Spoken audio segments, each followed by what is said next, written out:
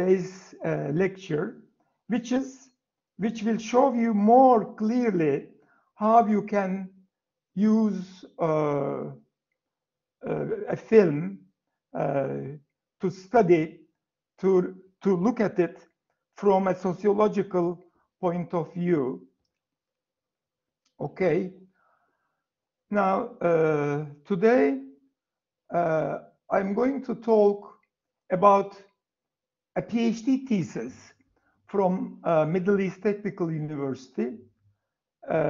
Çiçek Coşkun was a student of mine when I was in Middle East Technical University. She did her MA thesis with me. Then I left.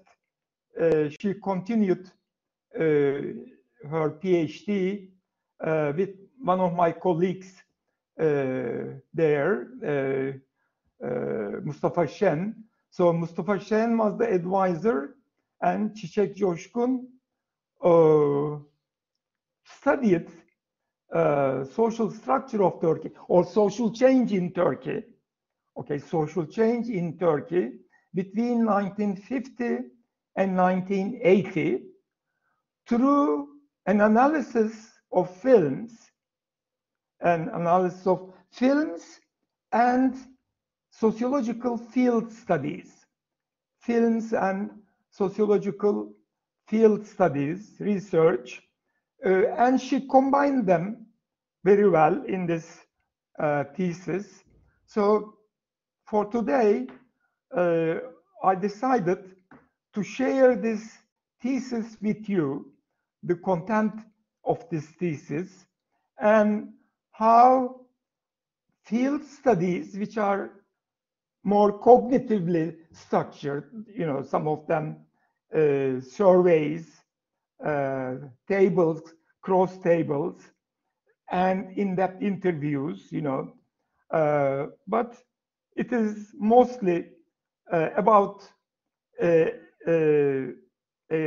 scientific, positivistic, mostly evaluation, analysis of social structure and social change in Turkey between 1950, as a matter of fact, between 1949 and 1979. You know, the material that we are covering are between, or she is covering, is between 49 and 79, but in general we say 1950, 1980. So what she did was, she has chosen 5 field studies and 8 films. 5 field studies and 8 films. Let me just share this page so that you will have also a visual perception of the names of these field studies. There are English ones, and there are the ones in Turkish, in both languages. But for those which are in Turkish, there are articles of the same material in English. So let me do that from here. In order to show you, I have to share my screen. This is what I am doing now. And from here, it should be now in front of us here. Yes, here it is. Let me enlarge it a little bit with the positive here. Selected field studies. Selected field studies, as I said, there are 5 of them. Now, the first one is Turkish Village by Paul Sterling. And I think mentioned this earlier, perhaps in the first semester. Paul Sterling stayed in 2 villages in Kayseri, Sakaltutan and Elbaşı. And the Sakal Sultan is a smaller village, and Elbaşı, in terms of population, almost double of Sakal Sultan. And he has written articles from 1950 to 1965. But 1965, he published the material, the book in 1965, titled Turkish Village. Turkish Village. So the data from 1949 and 51. But I am sure I wasn't aware at that time. I wasn't following him in his later visits to Turkey or my visits to England. You know, we were seeing each other actually for a term. He was a faculty member in Middle East Technical University sociology department. So from, you know, verbal reports from him as well, you know, I know these villages, and the information is not limited to 1949-52 period. He visited those villages several times throughout his life until he died, I will say. Even he followed some of the villagers when they migrated to the cities, to Adana, to other cities, and even abroad. He followed them in Libya or in Germany or in Saudi Arabia. So, you know, he was truly an anthropologist involved in the study of these two villages. And he tried to understand Turkey, social change in Turkey, social structure of Turkey from these two villages. But he emphasized, of course, that these two villages is not two typical Turkish villages. There is no such a thing. There is, you know, in any sample, you know, this is a case study. It is not a sample. Only with a representative sample of a population, we can generalize to that population. But if we don't have a representative sample proportional to the population, we cannot generalize. But still, nevertheless, we can talk about the macro structure from the microstructure by connecting information gathered through theoretical arguments. Okay, I will come to that. So this is the first one. The second one is about a town, a city, actually. It is by Mübeccel Kray. The data is collected between 1962 and 1964. And the study was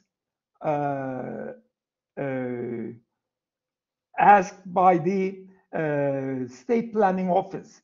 State Planning Office was established in Turkey after 1960 coup d'etat, and State Planning Office started developing five-year plans. And in order to have a more realistic plans, they were asking social scientists to carry out field studies. For example, this study in Ereğli, in the Black Sea coast, the book is titled as Ereğli, a coastal town before heavy industry. Before heavy industry. Indeed, Ereğli now is a heavy industry city, a large city now. But at that time, in the beginning of 1960s, it was a small town before a heavy industry. Of course, there were some small industrial shops, as there were in all cities throughout Turkey, but the scale was very small. So I will go into the detail. Okay, now let me go into detail of this, because this book is very influential in my research, and I will show you the book, how I used it. As you can see, let me see whether you are seeing this, how I can show this. I hope you do see it by looking from the right hand corner of the screen. I am showing it like this. So it is, instead of my face now, you see the book. As you can see, it's an old book. I bought this when I was second year or third year, like you. No, I think I was second year when I bought this book. Now, in this book, Bebejel Cry describes all aspects of this town with cross tabulations, and there are something like 180 cross tabulations. 180 cross tabulations, and through these cross tabulations, Bebejel Cry tries to illustrate through statistical numbers that she collected from a sample, so she can generalize to the rest of the town about what, for example, about connections with other towns and cities, and especially with Istanbul, because it's a town, although it is not in the vicinity of Istanbul, but still it is not too far away from Istanbul, and also from Ankara. No, it is in the Black Sea coast. And then about migration, outside migration and migration into the town. There's a chapter on that. And then there is, of course, a chapter on socio-economic life of the town, and in detail about mobility, or about occupations, and how before this heavy industry, there is a slow transformation of this town.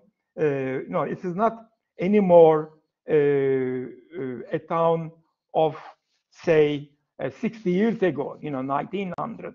Now it is now 1960s, the beginning of 1960s, throughout Turkey, starting with the Republic, and earlier, as we discussed with you, first semester and second semester, starting from the beginning of 19th century, Ottoman and Turkish society communities are undergoing change. And as a result of all those changes, Ereğli was also being transformed, but not as radically as it did after the introduction of the heavy industry.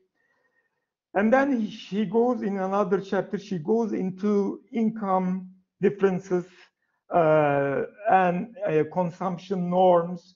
And then she goes into family structure and relations in the family. I mean, for her, relations is very important.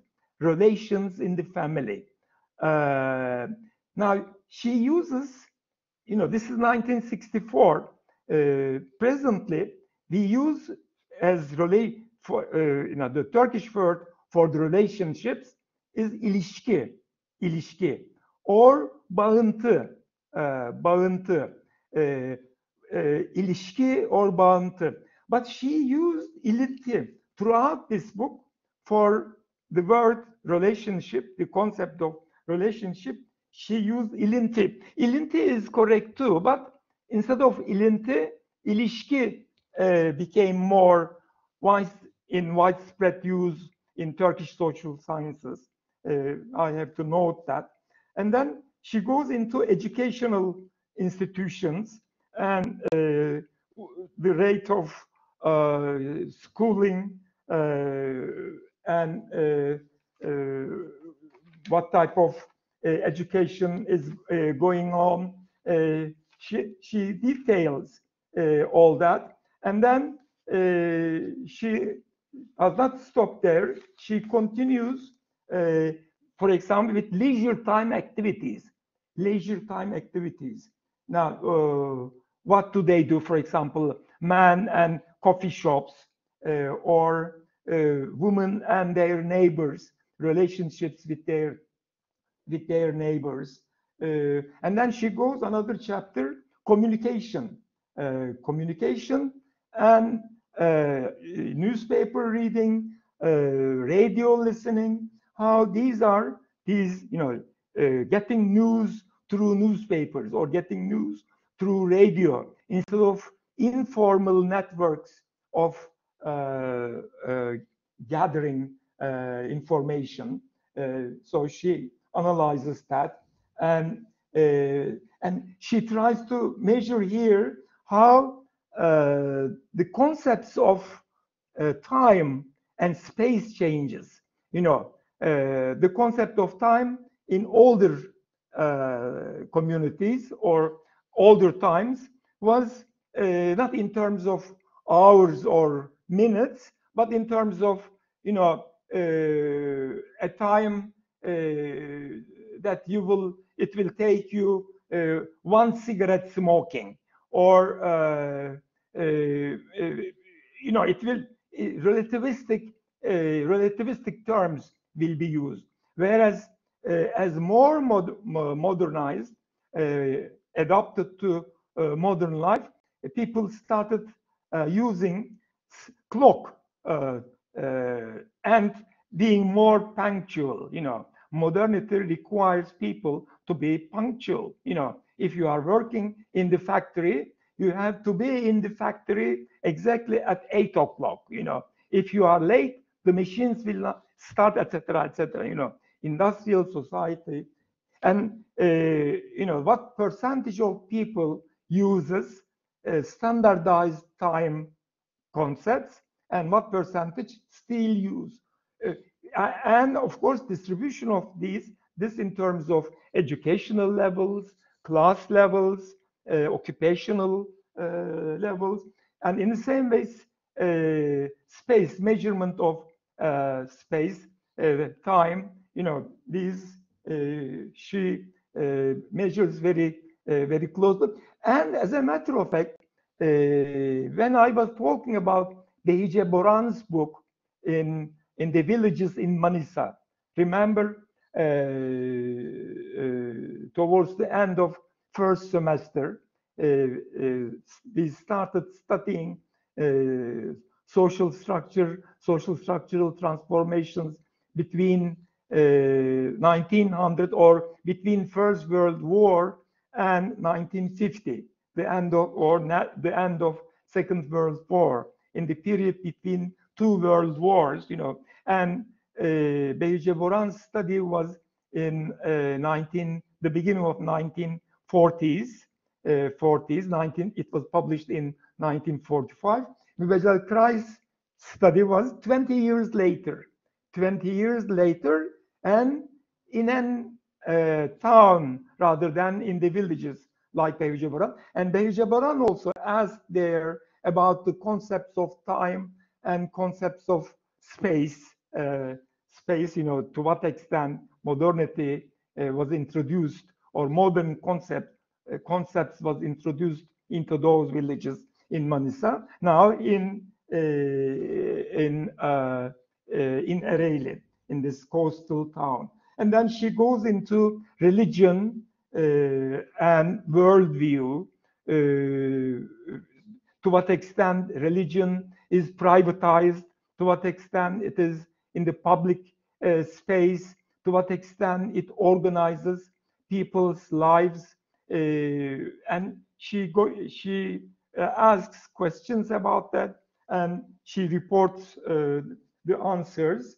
And then, of course, already at that time, the iron and steel factories are being established.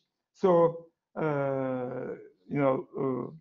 how it will impact the town, the relationships with the factory complex and the town life. And then last chapter is about the villages around, how the villages around started growing cash crop and bringing them to the market and to the to the merchants in the town. And so her famous concept, buffer institutions, or as an example of a buffer institution, peasant merchant relationship. How peasants, instead of coming from the village in the town, going to the institutions in the town, formal, rational institutions in the town, directly, as full-blown citizens, they go to the merchant, and merchant finds them lawyers or doctors or whatever they need, and also they bring their cash crop to the merchant. A merchant buys them, and they buy their necessities from the merchant actually throughout the year, to be paid at the end of the season, when they grow cash crop, to bring it to them, this relationship. So she developed her theory of the fast development of economic, technological structures and slow development of cultural structures. Actually, in sociology at that time, there was this Ogburn's theory of cultural lag. That was, there is a lag between values, cultural attitudes, values, relationships, norms, and actual economic life, commercial life, educational institutions, legal institutions, etc. But cultural lag does not, the theory of cultural lag does not cover how the two structures are related to each other, traditional and modern. Now, Mübeccel Kray relates them through buffer institutions. Now, buffer institutions develop to make two structures live together without much conflict. Anyway, this is the report of the second study. I didn't go into details of Sterling's study because we already in the first semester studied village transformations, and I will mention that now in the third study that Çiçek Coşkun has chosen. The third one is again a study on the villages, like two Turkish villages of Paul Sterling, but this time by a sociologist, by a young sociologist at that time. This is this book, Underdeveloped Capitalism, and its introduction into the villages by Bahattin Akşit.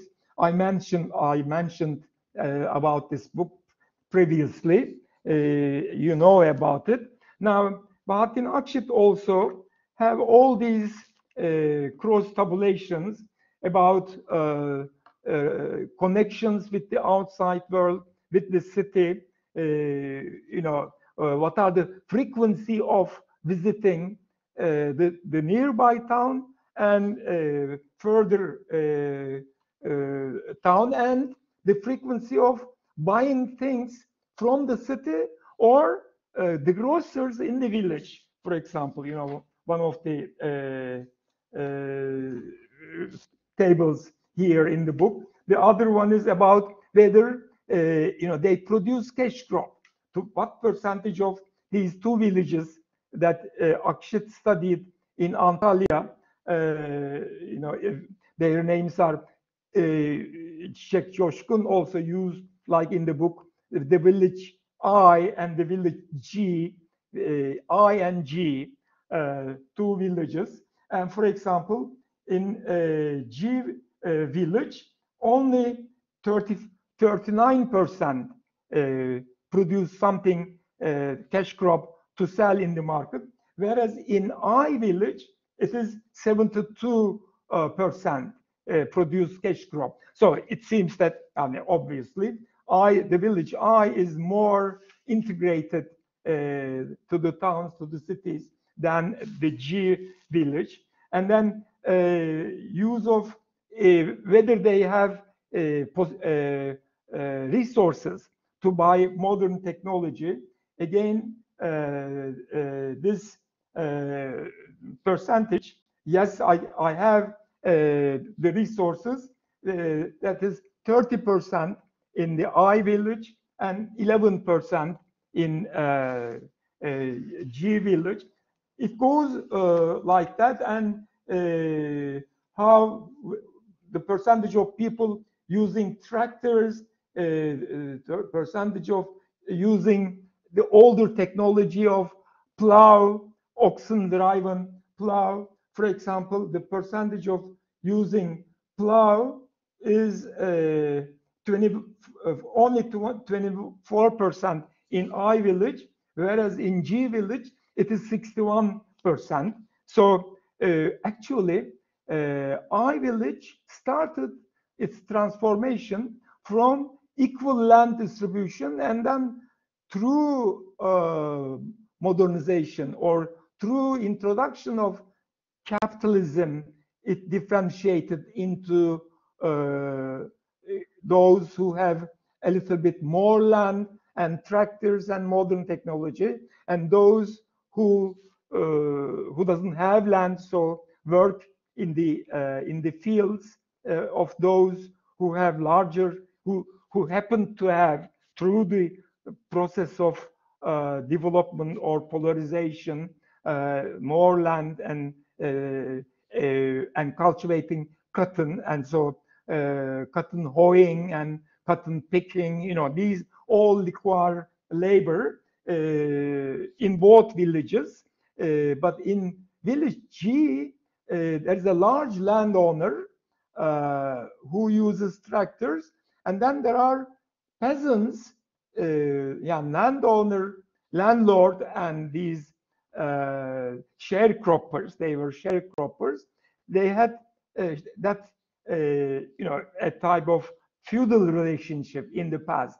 But as again capitalism is introduced, underdeveloped capitalism, I call this, introduced into the villages, the large landowner became, or landlord became, a large landowning capitalist with something like 12 tractors at the time I visited them in 1966. And the earlier sharecroppers had non-irrigated lands using plows and cultivating cereals, while irrigated lands is cultivated by the land. Okay, I will not go into the detail.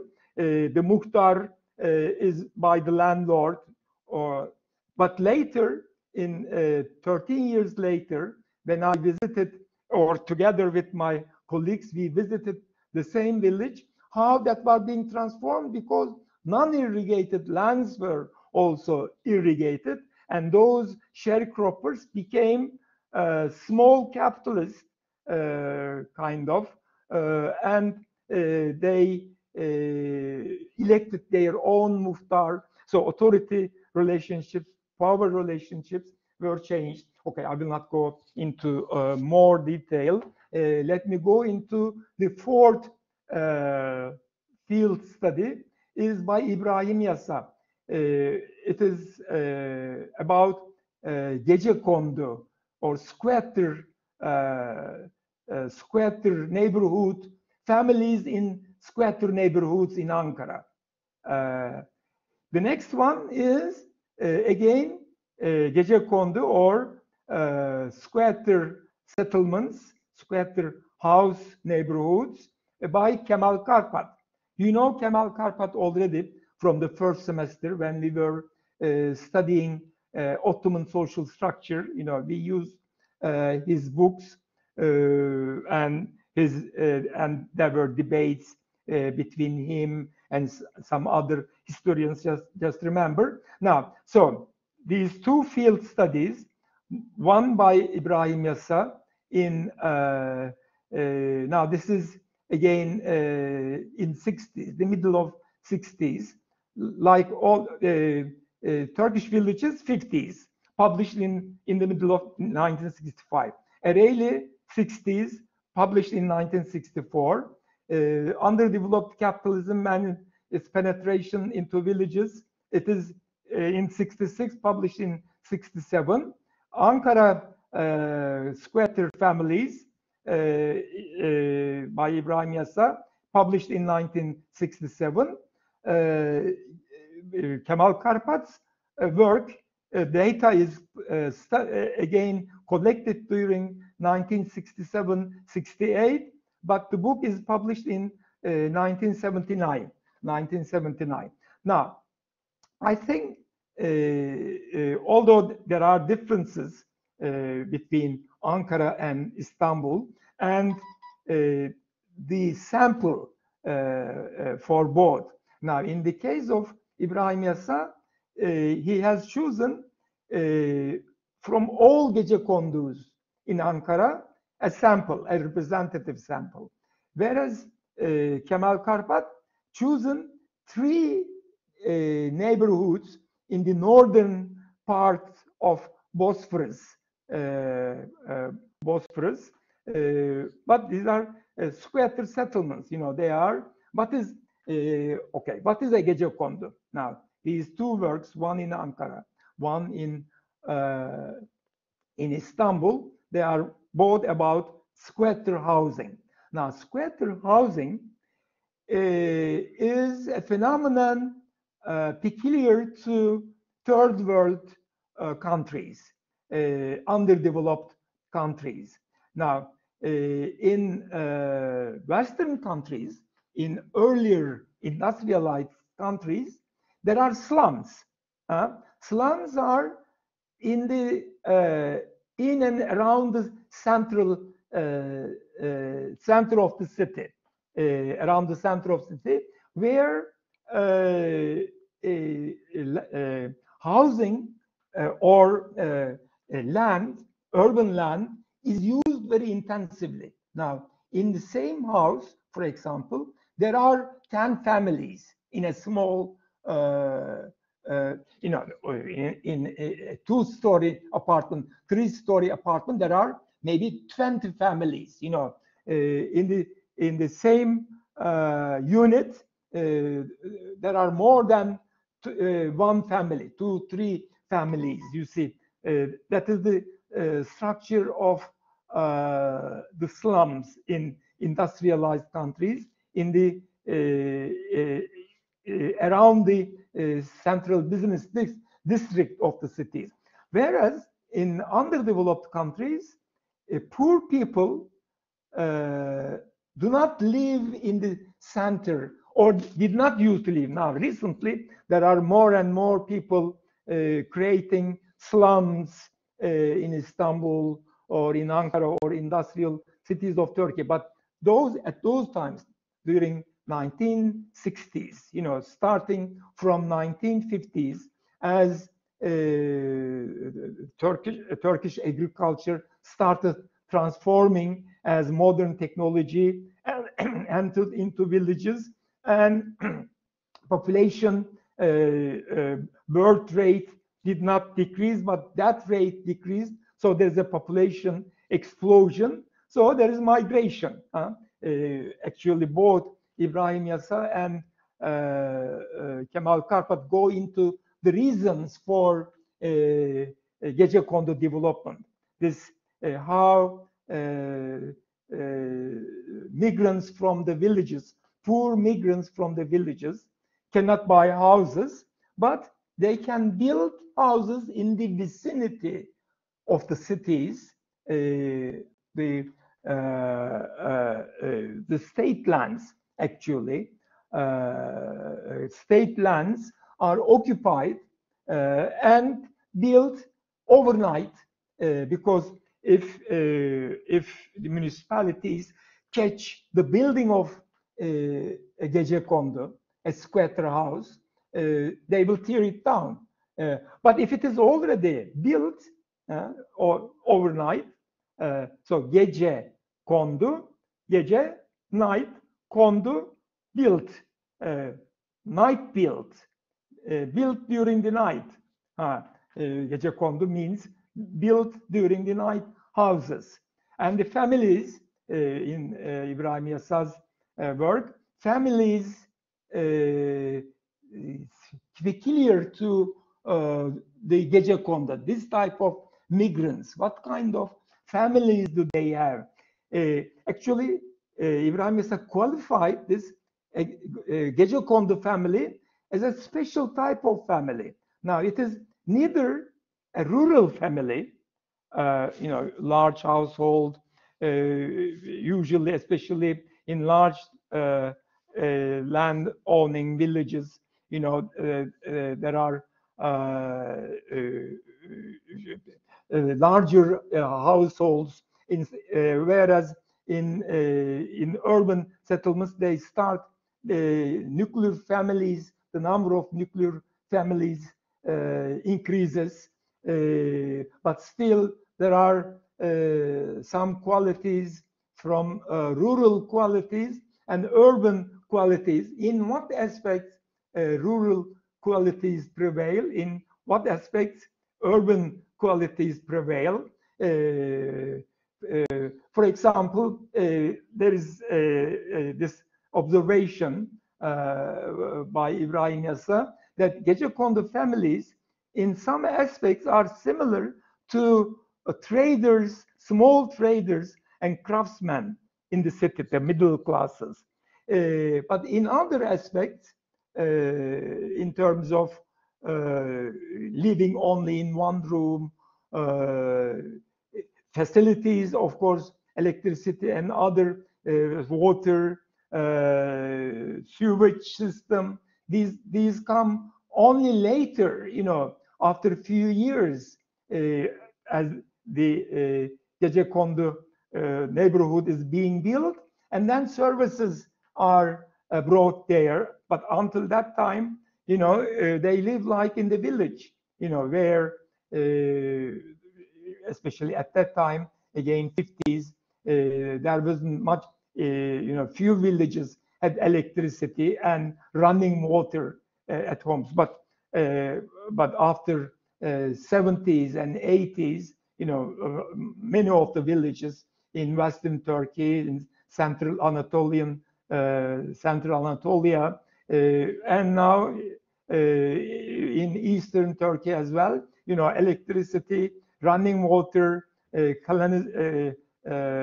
sewage system, canalization, all these developed. But at that time, to what extent they were developed, Kemal Karpat and Ibrahim Yassa went into these. Okay, now these are 5 field studies, and then Çiçek Coşkun have chosen 8 films.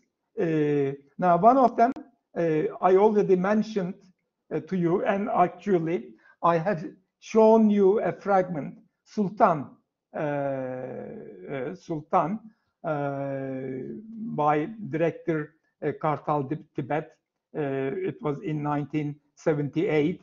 Remember, the older gecekondu is being teared down because of new builders are coming to build their high-rise apartments. So gecekondu lands, they occupied by these migrants. Now they are evicted from there. And remember, Türkan Şoray was acting like a woman, a widowed woman, with 4 children, and her house, was being teared down, and she was resisting. Okay, one of the films.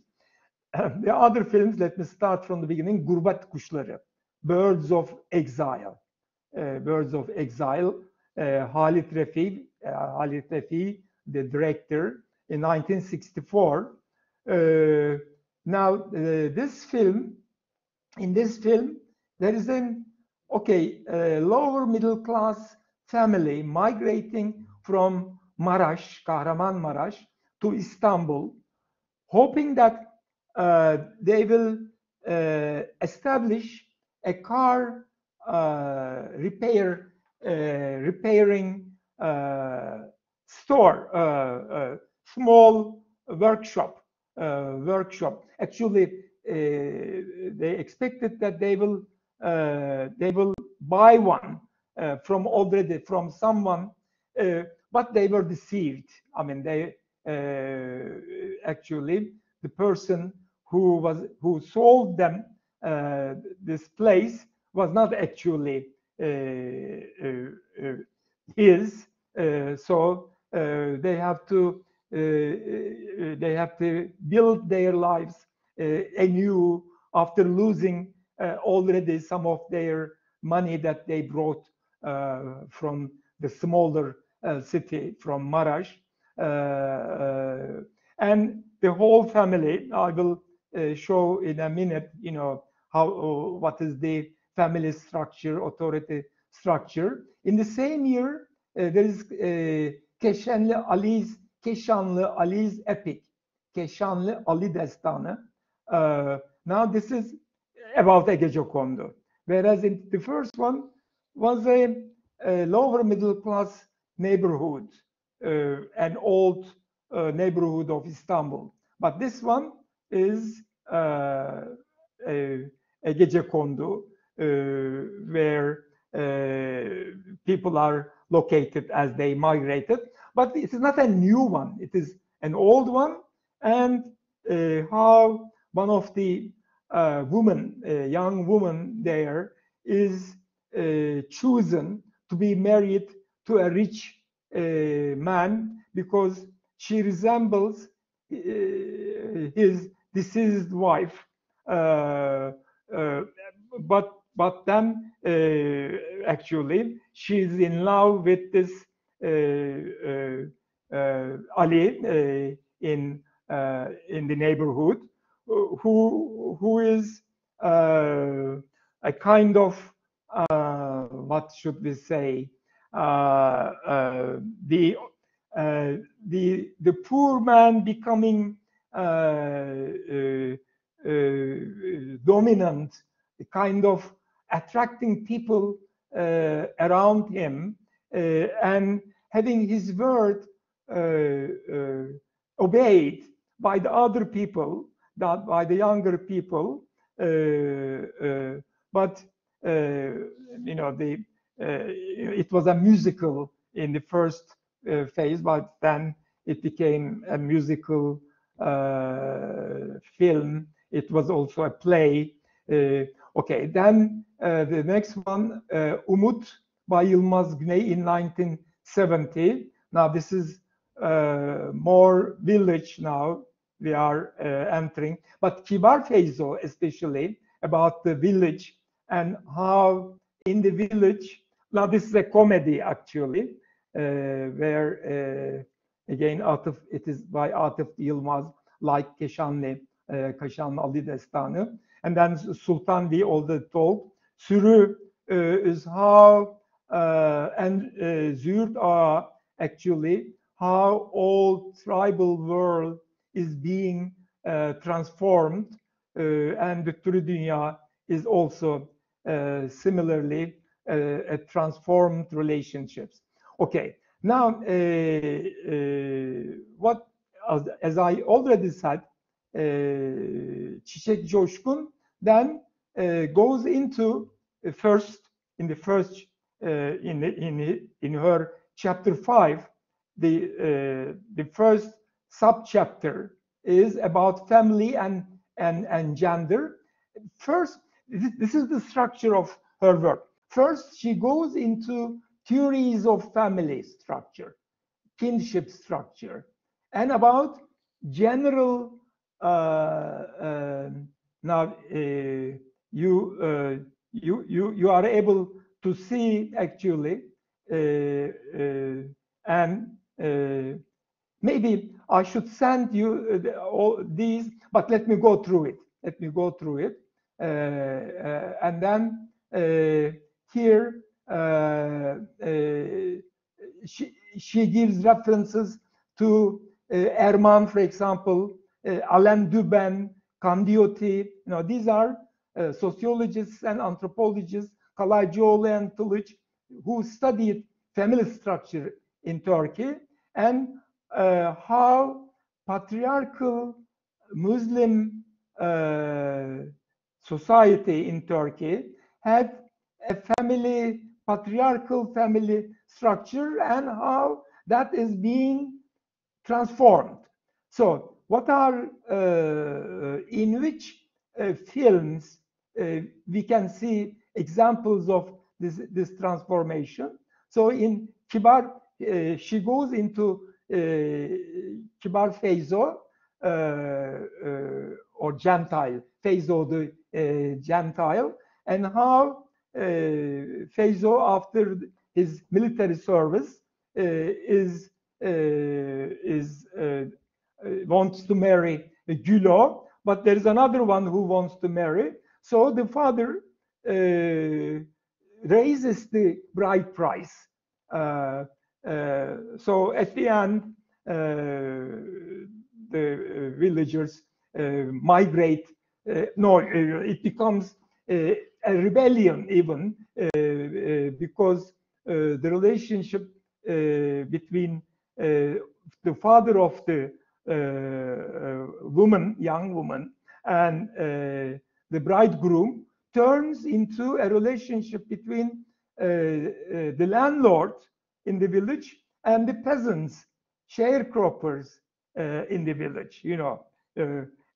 A family relationships turning into a village, a class relationship, actually, a relationship. Okay, and then the bridegroom is telling the whole story in the court, actually. Maybe to have a better view, and I am maybe talking already too much, let me finish, summarize these sections, and then go into, as examples, some of the films. Actually, in this section, Çiçek Coşkun also gives the example from Gurbet Kuşları, the birds in exile, or these small town residents being in the city like in exile, because then they go back to their older town, because although they came to the city, all these migrants came to the cities, especially to Istanbul, with saying, I will defeat you, Istanbul. I will conquer you in Istanbul. Istanbul, and you go to Istanbul, you will be rich, but not always.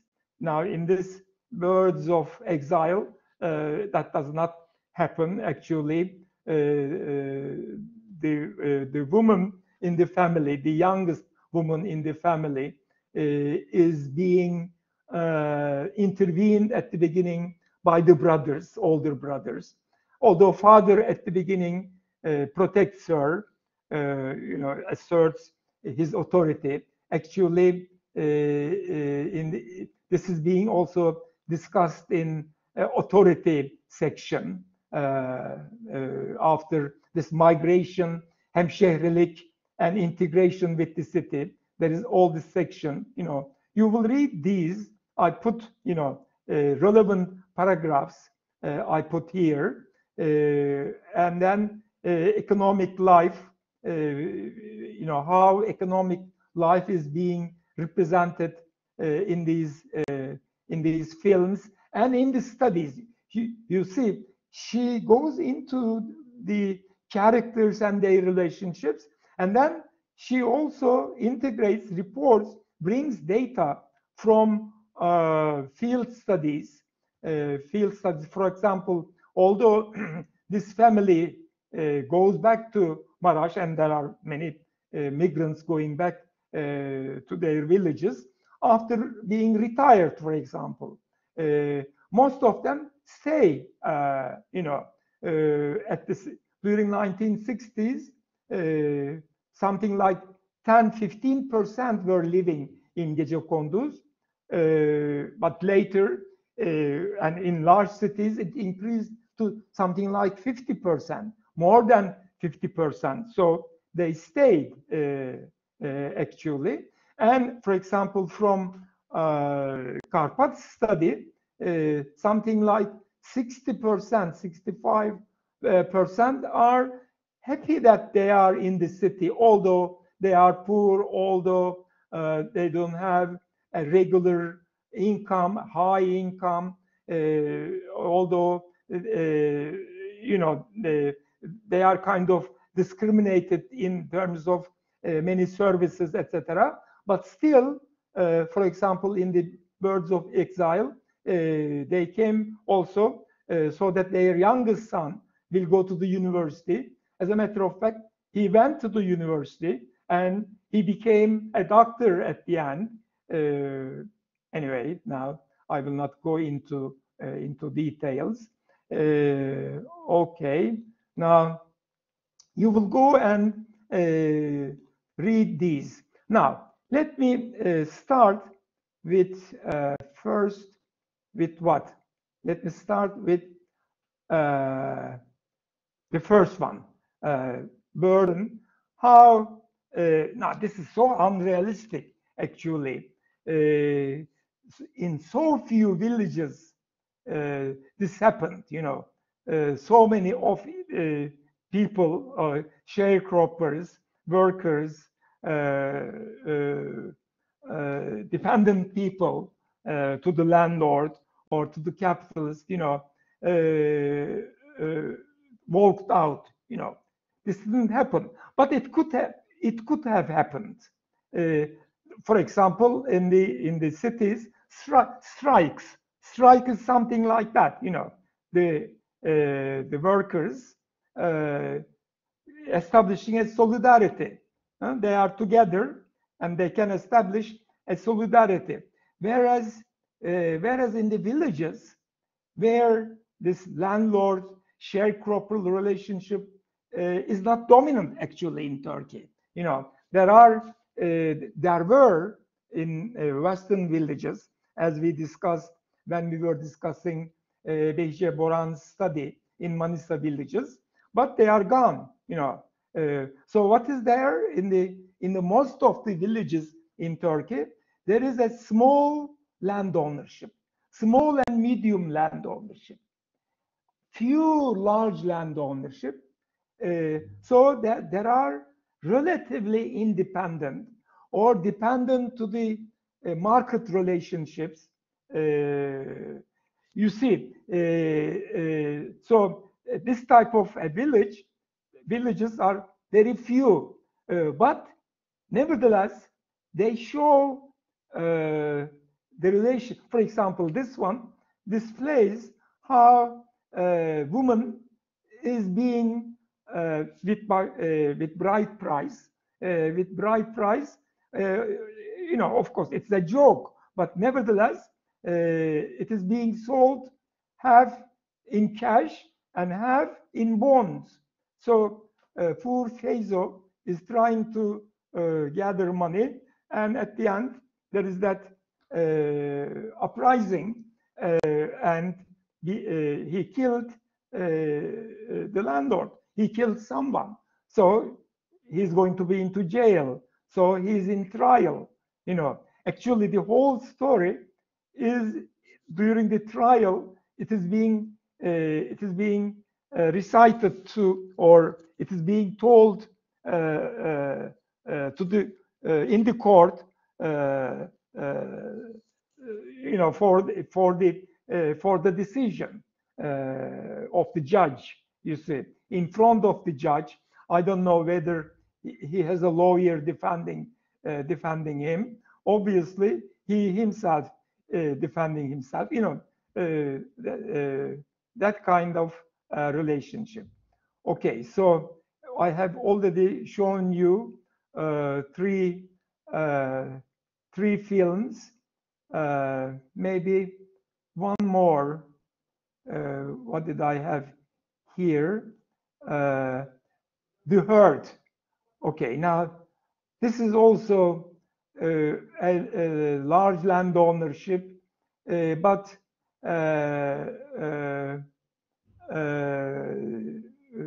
no. In this case, it is two tribal families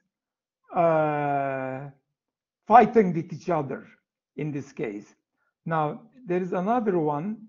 In that one, I think, okay, in this one, the opposite of Kibar Feyzo, in this one, in Züğürt,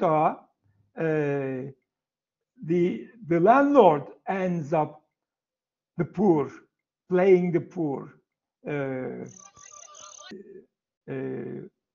And then analyzing that in terms of migration, you know, the plot, which character played what.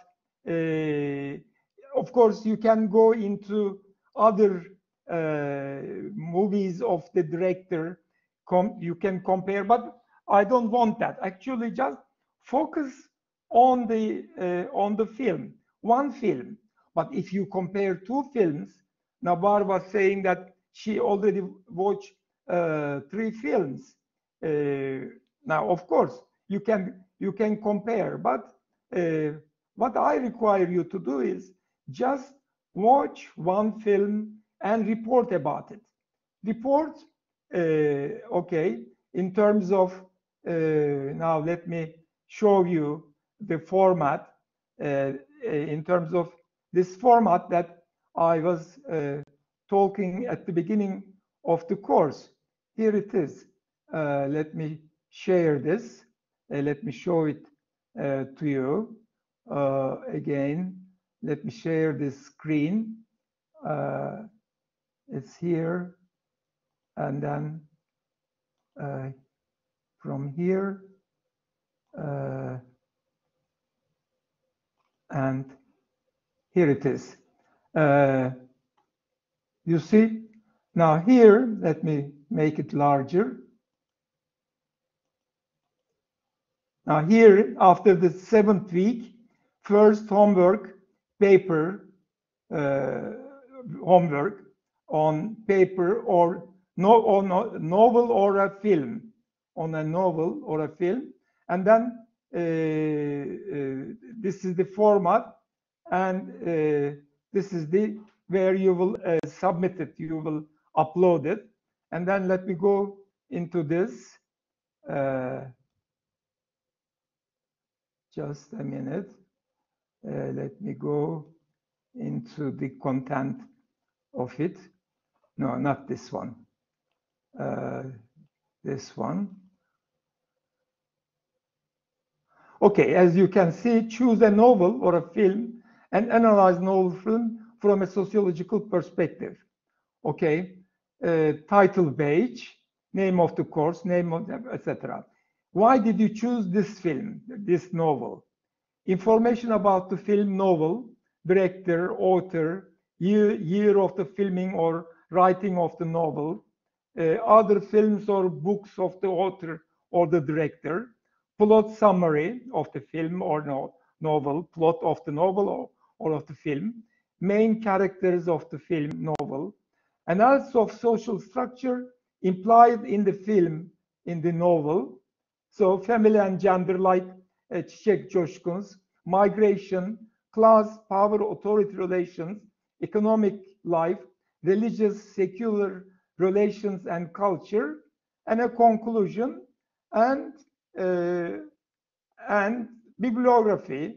So you have to give references if you also take a look at other analyses of the films like Çiçek Coşkun's or about social structure in Turkey, books you know, courses you have already taken. Okay, now again, let me send this away and ask you, how is this? Will you enjoy this doing? Who will volunteer? Can I hear your voice? There are so many of you, almost all of the class is here, and I want you to give me a response. What do you think about this? Emma, yes, I think it's a nice homework. Good, good. I think you will enjoy it. And then you will share it with me and with your friends. You know, I will give you 10-minute presentation time, each of you.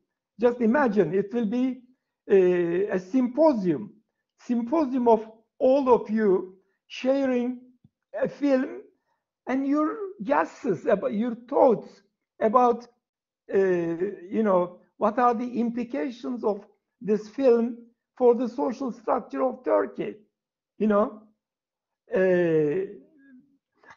Now, I agree with Çiçek Coşkun that one, of course, we can, you know, most of my life I studied villages, cities,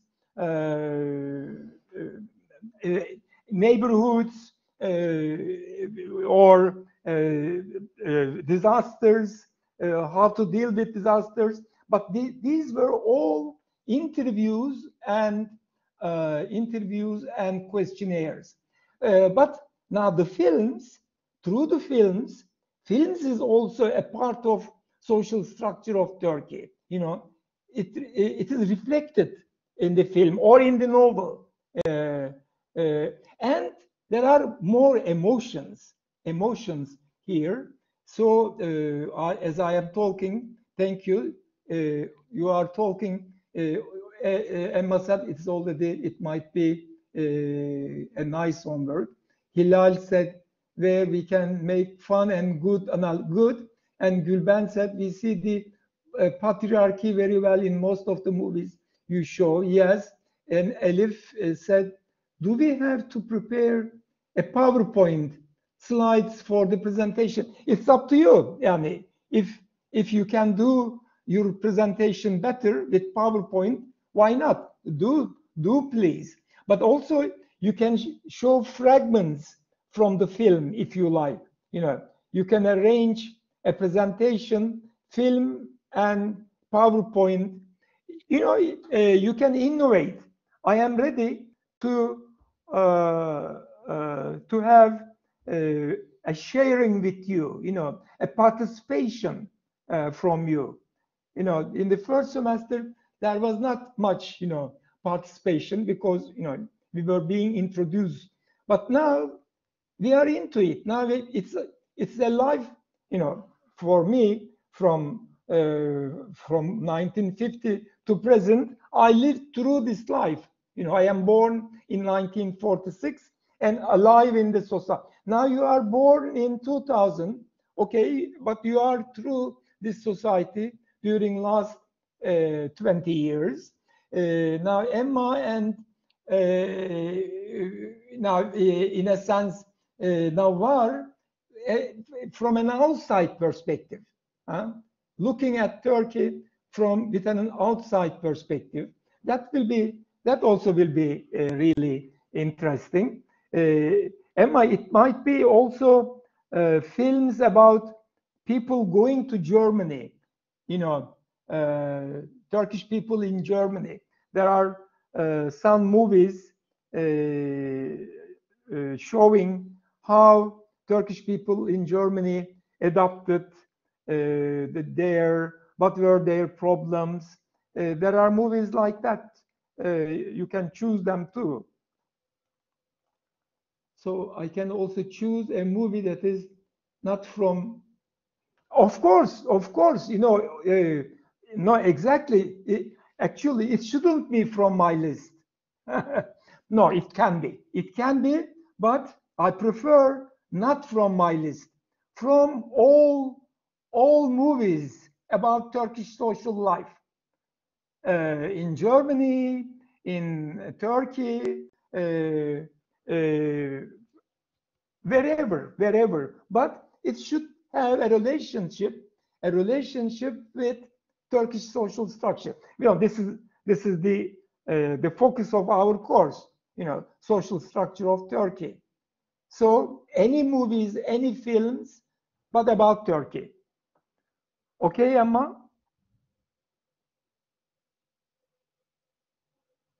Okay, fine, good. It is not from that list. That list was only an illustration how a former student of mine combined field studies and film studies and field studies together. You know, from my point of view, it's a successful combination, and I hope that you will do a similar thing, not with 8 movies and 5 field studies. No, 1 movie. Elif, when should we present? Okay, now I put that submission to the 7th week, as you have seen, but it might be 8th week, maybe. We will decide together. First, you know, next week, let me see how many of you picked a movie. Now, the first thing is picking a movie. Now, I am sharing all this already. This PhD thesis by Çiçek Coşkun, so you can read that too as an example. But as I said, you can choose your own film and tell me, you know, I have chosen this film, so that you will not choose the same film. You know, let's try to have. So you are, I think, 15 of you, something. So 15 films.